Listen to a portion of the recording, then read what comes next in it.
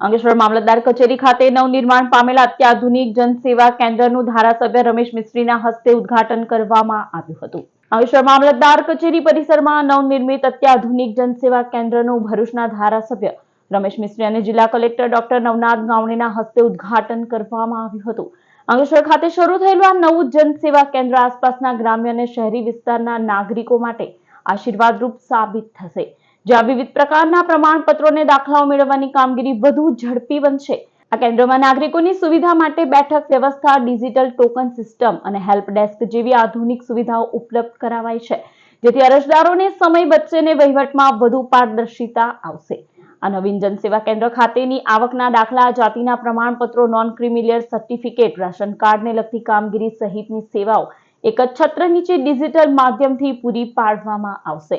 આ ઉદ્ઘાટન પ્રસંગે પ્રાંત અધિકારી ભવદીપસિંહ જાડેજા, અંકલેશ્વર મામલતદાર રાજન વસાવા સહિત અધિકારીઓ અને કર્મચારીઓ જોડાયા હતા।